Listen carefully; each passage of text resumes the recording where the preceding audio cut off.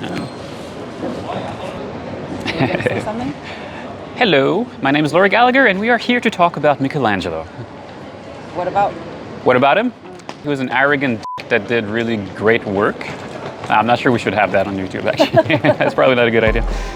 Upon first glance, it's not all that clear why Michelangelo is touted as divine. He tended to leave work unfinished, sometimes glaringly so. His rendering of female anatomy is sometimes questionable. A lot of his work draws directly from the works of his forebears. But as I came here to beautiful Florence to study his work over the course of a month, I have found, through Michelangelo's flaws, a profoundly human person that, for a 3D artist like myself, just might be the most relatable artist of the Italian Renaissance and beyond. Today, let's filter the work of Michelangelo through the lens of a 3D character artist to try to gain a better appreciation of our own art and, dare I say, our own humanity. Cut.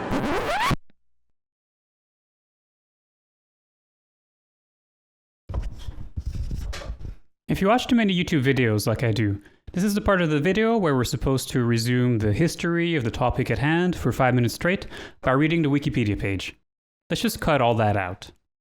Suffice it to say, Michelangelo was a multidisciplinary artist, gifted in drawing, painting, sculpting, poetry, architecture, and military strategy. He sculpted the ever so famous David, which I think, for all that has been said about it, might be one of his least interesting sculptures. We won't talk much about it. He painted the Sistine Chapel over the course of a few years, and through which he had to endure such terrible posture that he was only able to read by looking up for years afterward. He was one of the key architects of St. Peter's Basilica in Rome, for which I don't have anything quirky to say. It's a pretty cool place, you should check it out. I've studied countless sculptures here in Florence over the past month, sometimes doing live sculpting sessions, and I've had a lot of time to think about Michelangelo's work. My gear for this trip? A pretty standard Samsung tablet, Nomad Sculpt, and the most important element, a $5 strap I bought online. Now, I'm not gonna tell you where because I don't have a sponsored link, so you have to Google one yourself. Michelangelo's sculptures are scattered within Florence. If you want to see his most famous piece, David, you should come to the Galleria Dell'Accademia. And it's fine if you skip it, actually. My favorite spots to study sculptures here in Florence were either here at the Bargello or here at the Medici Chapel. And this is where we can start to study Michelangelo's approach to sculpture. Within the Medici Chapel, at the entrance of Sagrestia Nuova, we are greeted somewhat morbidly by these two trophies of arms. Together, these embody the essence of Michelangelo's style, tastefully unfinished, or non-finito. These have not been sculpted by Michelangelo himself, but under his supervision by one of his pupils, Silvio Cosini. They are detailed, expressive, but with a rough surface whose raw chisel marks have been left to great effect to express texture. The sacristy itself is a space that not only features some of Michelangelo's most interesting works, but also a space he designed as an architect. Certainly, Michelangelo understood that when it comes to art, sometimes less is more. Per the biographer and Michelangelo's close confidant, Giorgio Vasari, Michelangelo advised against having any carved foliage, even on the architectural parts, saying that where they were marble figures, nothing else was needed. Because of this, Vasari feared that the finished work would be impoverished. But subsequently, when he did see it completed, he had to admit that Michelangelo had shown no little judgment. There are 4 sculptures of Michelangelo in here that all represent the different times of day.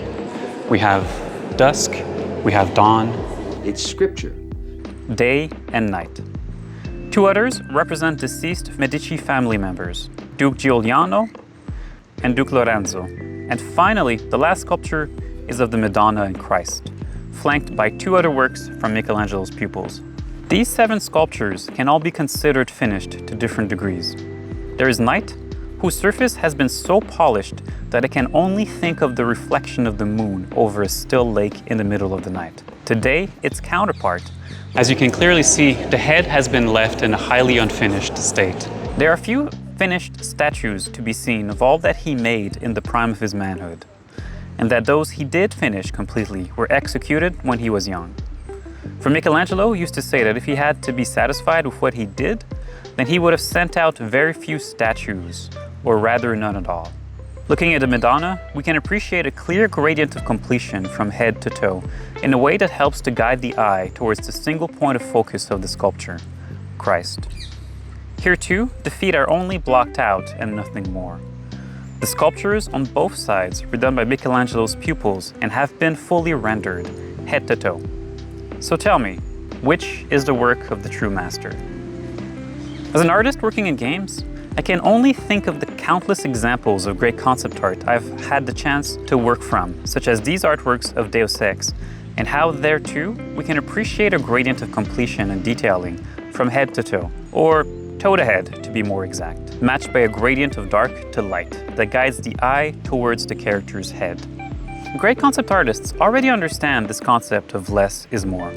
But as 3D character artists, I think a lot of us get enthralled in the excitement of details upon details in ways that sometimes can lead to the detriment of the overall piece by simply creating visual noise. Next to the city center at Palazzo Vecchio stands one of my favorite sculptures of Michelangelo, the Genius of Victory.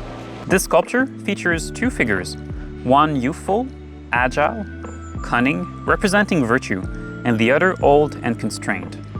The virtuous figure is clearly the center of attention of the sculpture, if only by the fact that its surface is smooth and polished, whereas the defeated foe is left unfinished, barely extracted from the marble and displaying many chisel marks.